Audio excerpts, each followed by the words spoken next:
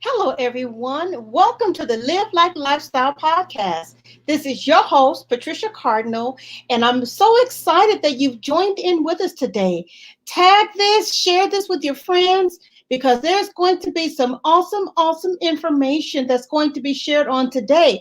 I'm really excited to see you. I'm excited to be able to share this information with you, and it's going to be something that maybe you haven't really thought about, but because of this pandemic, we know that so many different areas are being affected. And as jobs have gone to the wayside, unfortunately, people have lost their benefits. There's another set of benefits that sometimes we don't think about, but we are seeing that people are experiencing a decline. That if they don't have medical benefits, excuse me, they also do not have mental health benefits as well. And my guest on today, she is a licensed therapist. Her name is Sharon Hines, and I'm going to bring her into this broadcast on today because we are going to talk about some awesome things that she's doing in her counseling business, and it's going to be some great information that we can also share with others that may need to hear it. So I'm going to bring her on. She's in the waiting room right now. I'm going to bring her into the studio at this time. Hello. Hello. How are you? I'm good. How are you? Awesome. This is the first time we've ever really seen each other face to face. I want to thank you so much for agreeing to be so fuzzy. It's an absolute honor. Thank you so much for having me here today. Yes. Can you hear me? Do I look a little fuzzy on the stream? Yeah. A little bit, just a little bit, not much. I do. Okay. Well, I'm not going to worry about it right now because I want to be able to get into the show because I know that there's a lot of information that we can share.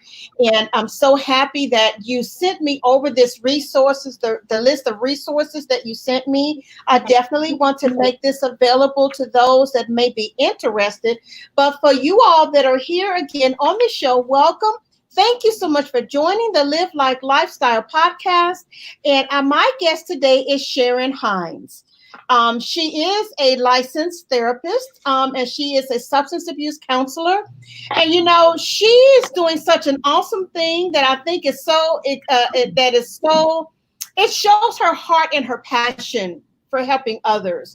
And we want to highlight that today, but we also want to learn a little bit more about this awesome woman who has taken the time to do great things for those that she knows that are in need.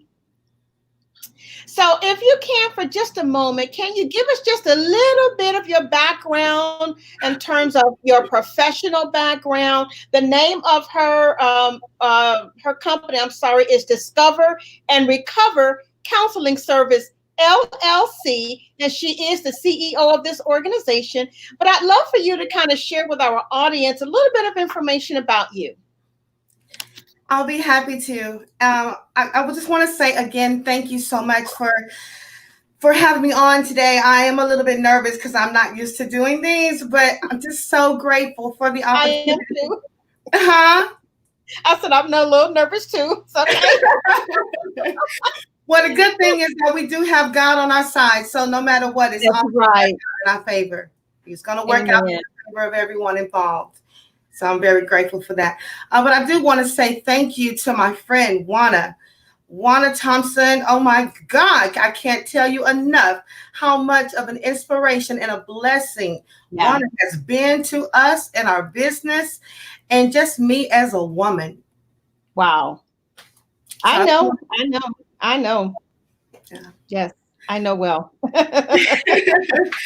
Yes. So I'll dive right on in. So my name is Sharon Hines, and I am Can you hear me okay? It sounds like I'm echoing a bit. Are you able to hear me? Just a teensy bit, but I can hear you very clearly. Okay. So my name is Sharon Hines, and I am a living testimony that there is life after death. Mm. Over 11 years ago, I got clean and sober. And after battling with my own addictions and mental health issues for over Mm. 23 years, where I ended up homeless and alone, I tried Wow. to commit suicide 3 times and I OD'd twice. Oh my God. But by the grace of God, though, but by Mm. the grace of God, My God. my husband, my family, and the support of the rooms of recovery, I am free from the bondage and slavery of addiction. I promised my God that if He let me live through that last suicide attempt on my life, that I would devote the rest of my life serving Him and His people. Wow. That I would stop trying to die. That I would stop trying to die and give everything I Mm. got to living and to Wow. help others to do the same. And when I woke up from the death and walked into life, it Mm. was devastating. It was terrifying for me because I had no clue on how to live. I had no clue Okay. on how to live life on life's terms in this great big world. I had no education. I hadn't finished high school. I had no qualifying work experience. And I Mm. had hurt everyone that mattered to me. All I had left was God, my life, my husband, and the reality that I had to try this thing called life because God just refused to let me die. Wow. I am blessed to sit before you today, having accomplished my bachelor's degree, my Mm-hmm. master's degree. I'm working on my second master's degree, and I started my own business. I have been in the substance abuse and mental health profession in various capacities for 9 years and private practice for 6. I treat adult men and women with substance abuse issues and mental health issues uh, Yes. who struggle from addiction and mental health issues, as well as their families who suffer from the impact that was caused and that is caused by their loved one's lifestyle. Mm. Ultimate joy to serve them. Mm. My relationships have been restored. Wow. I have my Oh my soul gosh. who has been a rock in my life.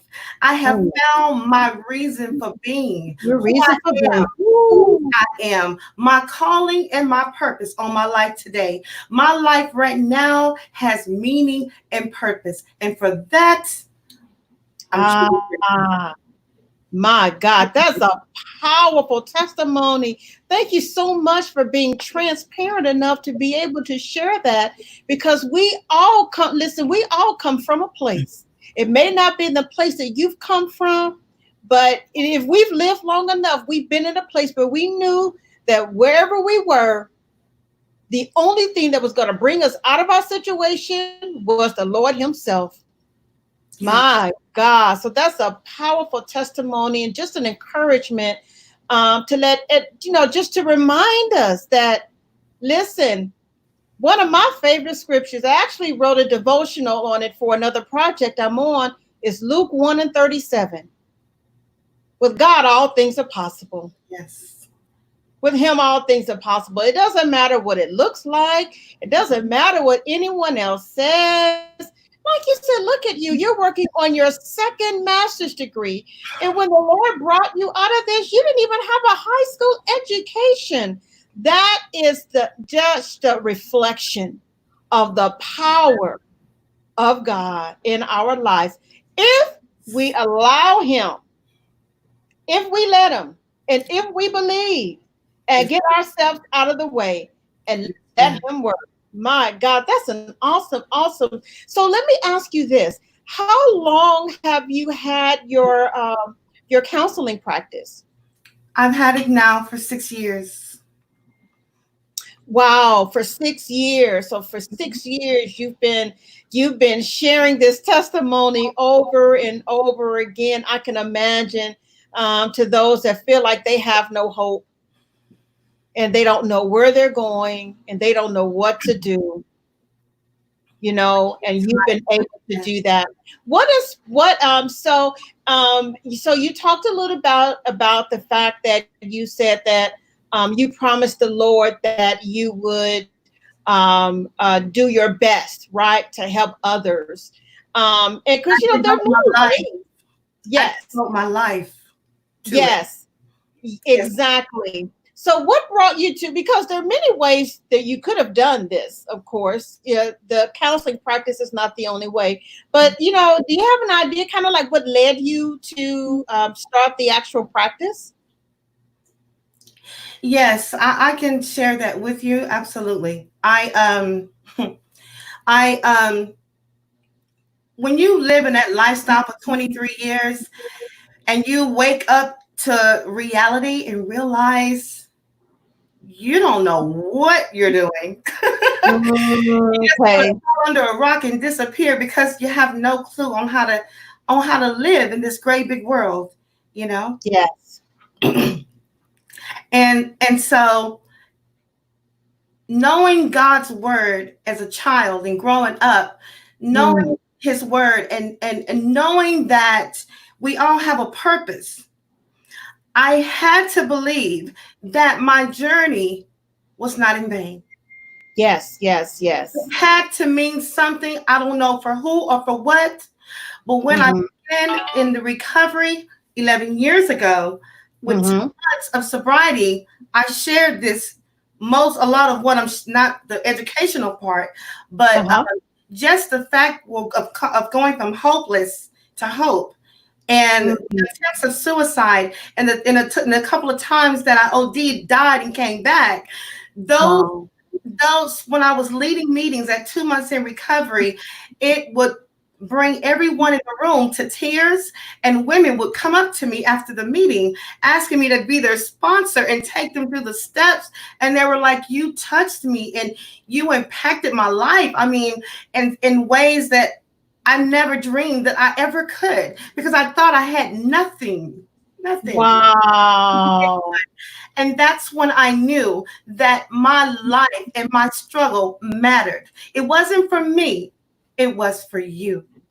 Yes. It was Yes. not you, Right. but for the next person who feels like that is not possible. Oh my. That's an amazing story, because and I think, to me, and I think I want to say this because there are many people who have stories of, you know being stories of substance abuse, stories where they've been delivered, but not everyone takes the path that you've taken. There are individuals that sometimes, you don't even know that that's a part of they're part of their story, and they're not always willing, and they're not ready to be as transparent, as you've been in this.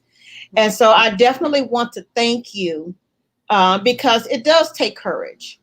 You've been telling the story again and again, but it still takes courage to be able to open up and say, these are the things that this is where I've been. This was my journey and my story. But God, Mhm, right? mhm. But God. So what one of the reasons I definitely wanted you on the show today is because you're doing something that I think is absolutely fabulous. We know that in this pandemic, there are so many individuals that have lost their jobs. Many have lost their health benefits. They don't have any benefits. And if they've lost their medical benefits, they pretty much have probably lost their mental health benefits as well. But the passion that you have to assist others during this time that may not be able to afford your services, can you give us an idea of the your GoFundMe? How did that come about, and how can individuals give in that effort? Yes, ma'am. So this GoFundMe page was birthed out of a need that hit firsthand in our practice. It has been a vivid reflection of what has and is still going on right now today in our world. When this epidemic hit, businesses began to fall off. People were laid off their jobs, including our clients. Our clients were feeling overwhelmed, afraid, becoming depressed, worried about providing for their families the shelter, the food, and the basic needs. Treatment centers were not accepting new clients, and their active clients were not allowed to leave the facility, and visitations had ceased. Mental health facilities were locked down, and support meetings of all kinds, of all, bear with me just a moment. Sure.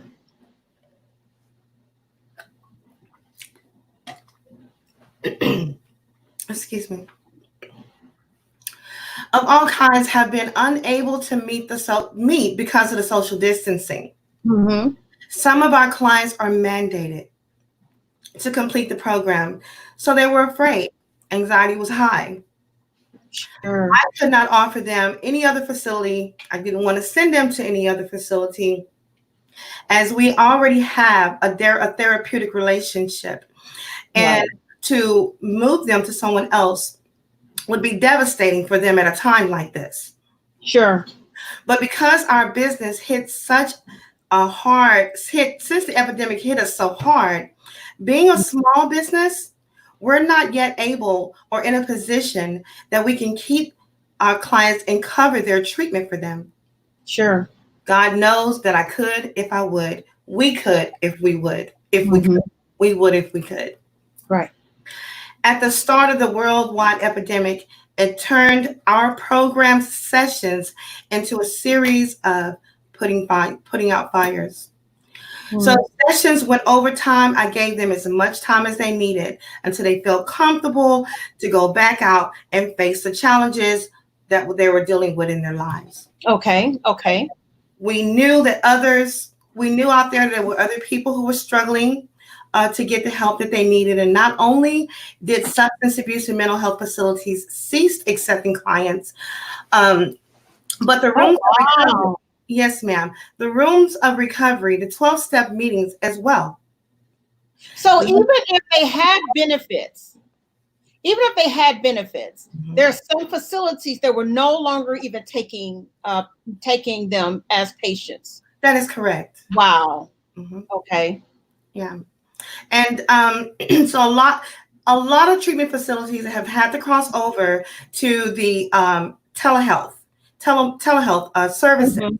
And so that allowed for them to be able to provide counseling for clients. But when it comes to a treatment center, and the 6-foot distancing and the lockdown, taking all that into consideration, there's no way you could have a group and have people in an outpatient program coming in for a group, because you're putting them at risk. And in the healthcare profession, our job is to do no harm and to keep them safe. So it would totally conflict with our ethical and professional obligations to our clients. So things had to shut down the way that they did. And things are gradually opening back up. But at the end of the day, when it comes to this profession, things are still, when it comes to outpatient groups, those programs are still not able to provide that component of the programs because of this epidemic. So a lot of people who are in outpatient treatment are not able to get that treatment unless the program is able to offer both individuals as well as the groups sessions. Okay. Wow, that's pretty significant, because you hadn't even, again, it's something that you probably don't really think about unless you're in that particular arena, that, even if you did have the means to get assistance, it's very limited. It was very limited at the beginning, especially at the beginning of the pandemic, to even get the help that you need.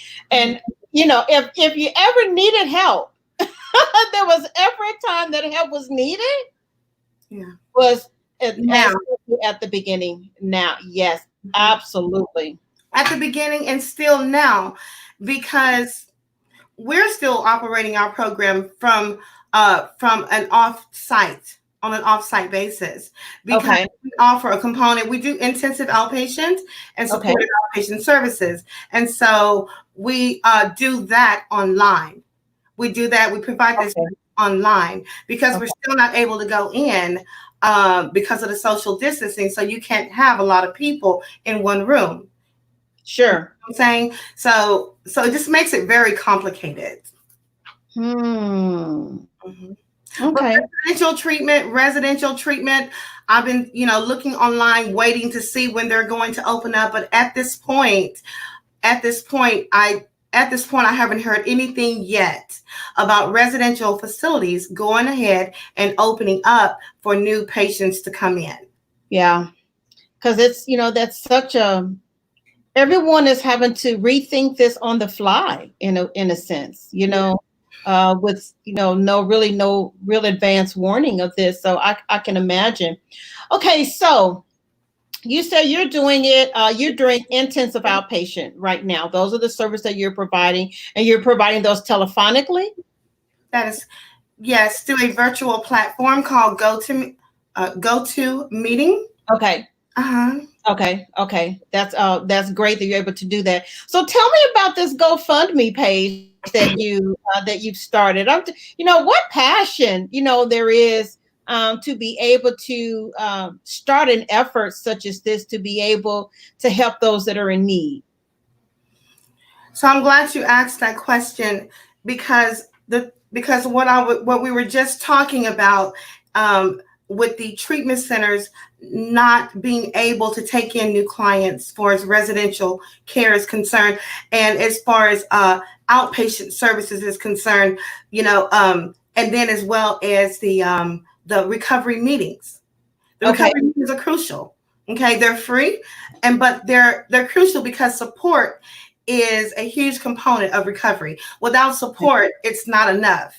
And it's hard for a person to stay sober. So because of the, right now we've been isolated, everyone has been isolated. And so it's been recovery meetings being held online. But in dialoguing with them online in the meetings, some of them still do not feel like it's enough, but it's getting them by. But there was a lot of people who do not have or feel comfortable with talking to strangers. And our clients, being that they're in treatment, when a person is first in treatment, the disease of addiction is a disease of isolation. So it will make you withdraw from people that you need. So when you come out of your addiction, you're too ashamed to ask for help. You see what I'm saying? So, so they suffer in silence. They suffer in silence. And so trying to get them to get online and go to a meeting has been a little bit difficult for them, because they're shy. They're feel like people are not going to trust them, and not trust them, are not going to like them, and they feel ashamed of, they feel like people are going to judge them, because that's what the world did to them, Right. So I'll go into a little bit later with you about what we did for that, what we're doing to help them with that. So back to the GoFundMe, because we didn't want to put any more stress on them in that situation. We didn't want to transfer them to another facility. We have a good relationship with our clients. Yes. But because this event caused them to isolate like that and not be able to get out for anything. Okay. And that goes for the whole entire recovery community. It left the addict in recovery without a wing or a prayer, vulnerable, alone, depressed, stressed, without support and no real accountability. A recipe for relapse. Yes, it is. Absolutely. Okay. Yes, ma'am. So we knew that the need was much greater than what lied before us. So we did the next best thing. I took my own advice. I asked for help. If I tell them to do it, I got to do it too. Amen. with that being said, with that being said, that's how the COVID-19 Help Stop COVID-19 Addiction Recovery Sabotage GoFundMe campaign was born. Wow. That is so how can individuals learn more about that, or how can they contribute? I mean, this information is so good. I mean, if there's anyone out there that if you're watching it now or you're watching it on the replay, and you have a heart for what this woman of God is doing, man, let's kind of get behind her and help, because it's I've not been in a situation like that, but I've been around it. I've worked, because of course I worked for WANA. I worked there at Interface EAP for 6 years, but I've also had family members as well, that have dealt with addiction, and that isolation, that's real. When you don't have help, you are, and just spiritually, just that, even if you look at it spiritually, you are slim pickings for the enemy.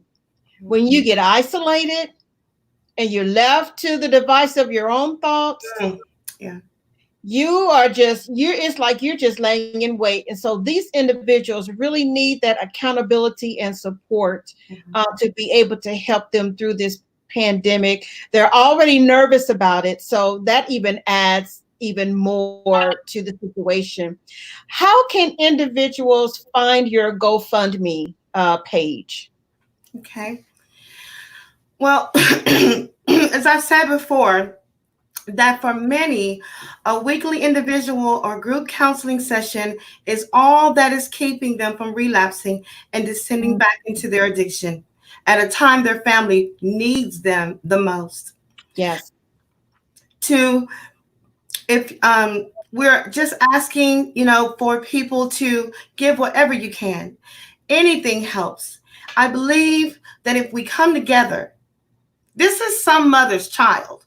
This is some child's mother, some child's father. We have some good people. We have some good people in our program who have good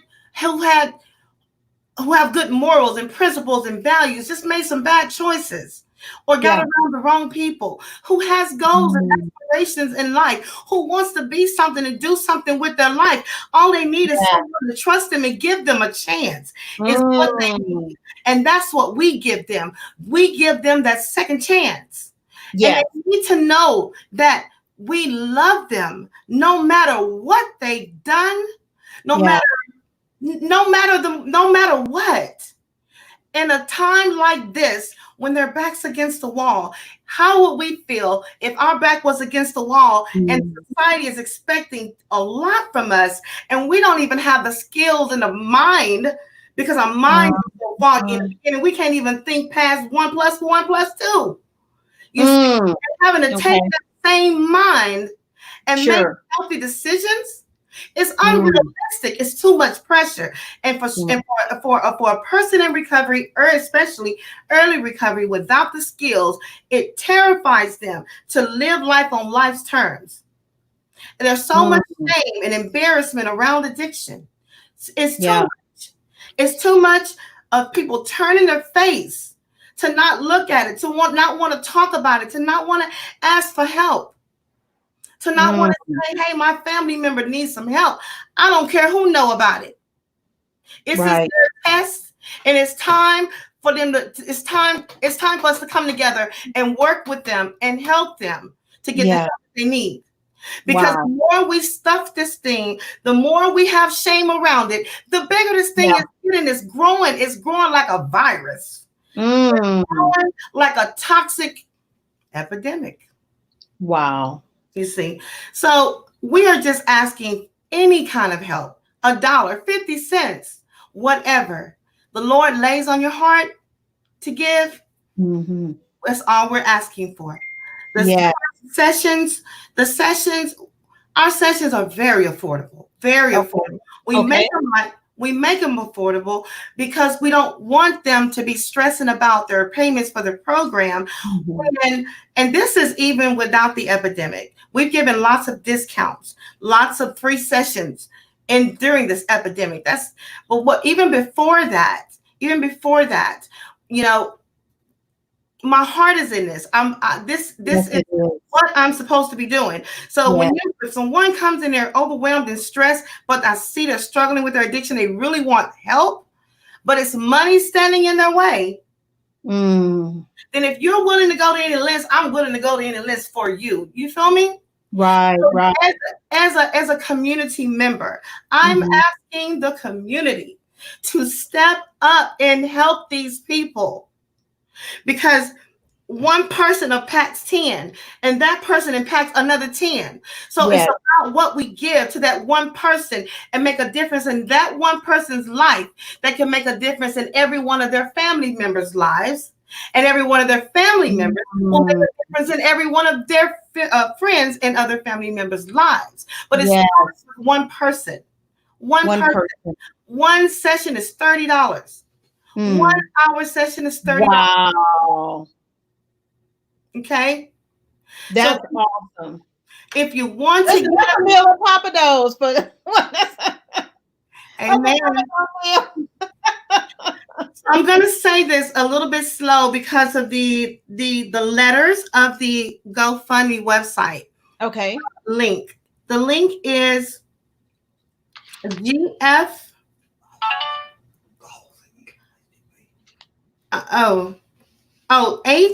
HTTP semicolon. No, I'm sorry. HTTPS semicolon. GF.me/UX.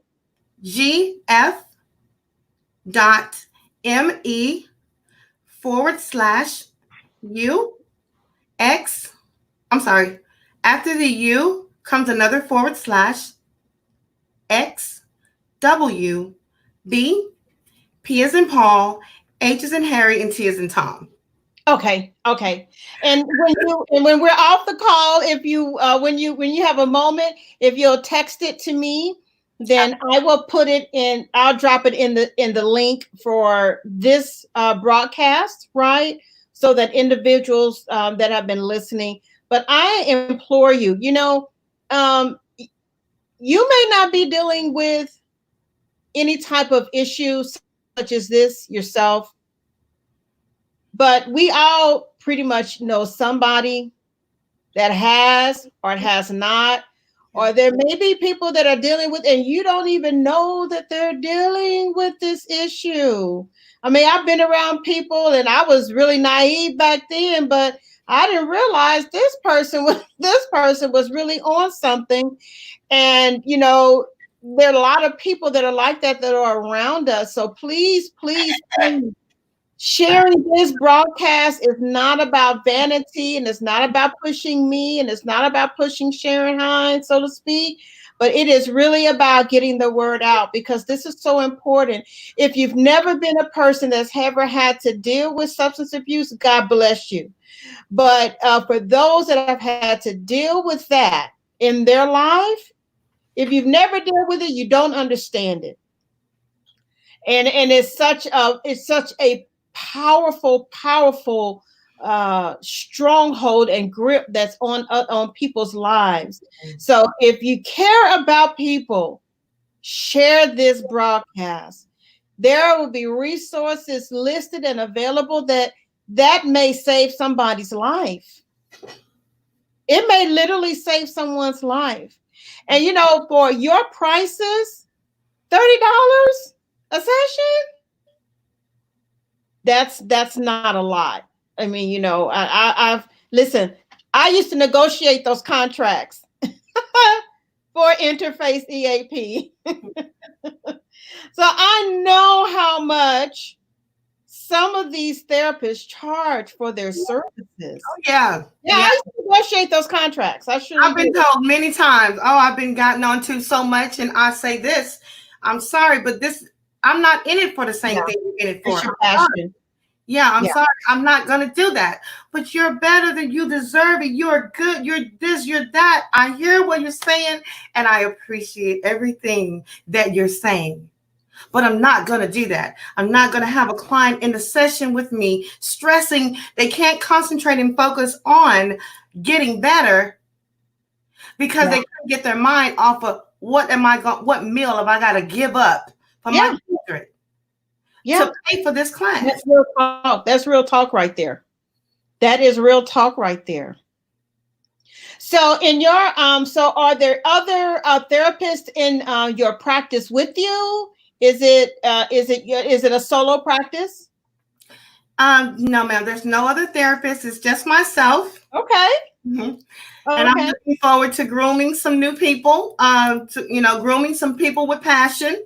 Yes. That's willing to go to any lengths for what they do, as well as I do, because I don't take any shortcuts. Right. Absolutely. And for those that need to understand and know your actual credentials, what are your so that people will know, who you are and your professional schooling, what are your actual credentials so that they will know that when you're speaking from someone with not just experience and passion, but with knowledge as well. Yes, ma'am. I am a master's level clinician, and I treat substance use and its related issues, such as depression, anxiety, and mood disorders. I treat insomnia, cravings. I treat trouble sleeping. I treat a plethora of things because I use a holistic approach to my treatment. I'm about healing the whole person, not just a piece of them. Does that make sense? Yes, absolutely. And our clients stay sober. We do have a 95.2% success rate and decreasing relapse and decreasing recidivism. People who have never stayed sober have tried everything they could to stay sober. It wasn't until they come into this program that they've never picked up again. Wow. That's God. This place in this program at this treatment facility, miracles go on here. I encourage everyone to take a look at our website. Some of the testimonials on there. There is so many testimonials of the things that clients have said about our program and how it has transformed their lives and the lives of those around them. Awesome. Oh, that's incredible. That is absolutely incredible. And I like what you say, in terms of dealing with the whole, the whole person. It's not just substance abuse is not just a substance abuse issue. Right. There are other issues that are impacting that are leading up to it. And so that's awesome. Awesome. You have a great background, great passion for what you do. And so there's just no doubt, that God is blessing you and bringing that success to you so that you can bring that success to other individuals, because people need help. People really, really do need help. So before we close, what I'd like to do is I definitely want to thank you so much for agreeing to do this show. And hopefully we can do some other things again in the future, because I definitely want to do a forum, a mental health type forum. And so I'll definitely be reaching out to those that I know that are in the mental health field. And so what I'd like to do is give you an opportunity to to tell everyone how they can get in contact with you if they need services, or if they know someone that does need services. How can they reach you? Okay. Well, I first want to say you can call me anytime. I'm happy to be on here because I'm doing what I'm supposed to be doing, and I'm resting in it. So this is where I'm supposed to be. And so I have a wealth of knowledge, a wealth of experience, and a perspective from both Al-Anon, both Al-Anon and recovery side, in it and out of it, from the bottom to the top. You can't miss me, you see. So pick my brain. I'm here for you. I can be reached at the main number is, well, actually, we're not in the office at the moment, but I'm going to go ahead and give you guys our main number. Our main number to the office is 713-750-9993. The direct number where you would get me on this phone right here. I keep it very near me just in case. And I do answer calls in the middle of the night because I know how addiction is. So my direct number here is 346-874-0683. Our address is 2424 Wilcrest Drive, Suite 107, Houston, Texas 77042. Our website is called setmefree.online. All right now. And if anyone who knows someone, or if you are someone that you know really, really wants to change, really, really wants to stay sober, yeah, we want to help you. We can help you. And we want to. You know why? Because I live for you, and it's because of you that I live. Let me help you. Let us help you. We're waiting. All right. Oh, man, that was an awesome close. I couldn't have done it any better. Thank you so much again. I look forward to meeting you. I'm pretty sure this is not the last time we're going to talk. And when you get it, as soon as you finish, if you would, just go ahead and text me that site again for your GoFundMe page. I'm going to go into my live stream and I'm going to post your contact information. I'm going to post your the GoFundMe information, and I'll also go on my YouTube and post the information as well.